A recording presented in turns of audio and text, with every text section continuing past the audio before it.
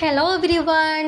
ഇപ്പോൾ സ്കൂളിൽ കുറച്ച് ലീവും കാര്യങ്ങളൊക്കെ ഉണ്ട്. 10ാം ക്ലാസ്സുകാരുടെ എക്സാമൊക്കെ കുറച്ച് അടുത്തുകൊണ്ട് തന്നെ സ്കൂളിൽ ഞങ്ങൾക്ക് 8ാം ക്ലാസ്സുകാർക്കൊക്കെ കുറേ ലീവൊക്കെ കിട്ടിയിട്ടുണ്ടായിരുന്നു കേട്ടോ.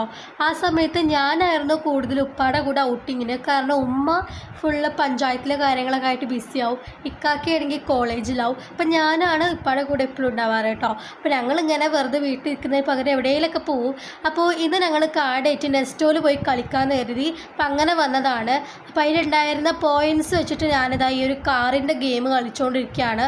100 പോയിൻറ്റ്സ് ഉണ്ടായിരുന്നു. അതുകൊണ്ട് കാർ ഗെയിം 50-ന് കളിച്ചു, ബാക്കി 50-ന് ഞാൻ ഈ ഒരു ബൈക്കിൻ്റെ കളിച്ചു.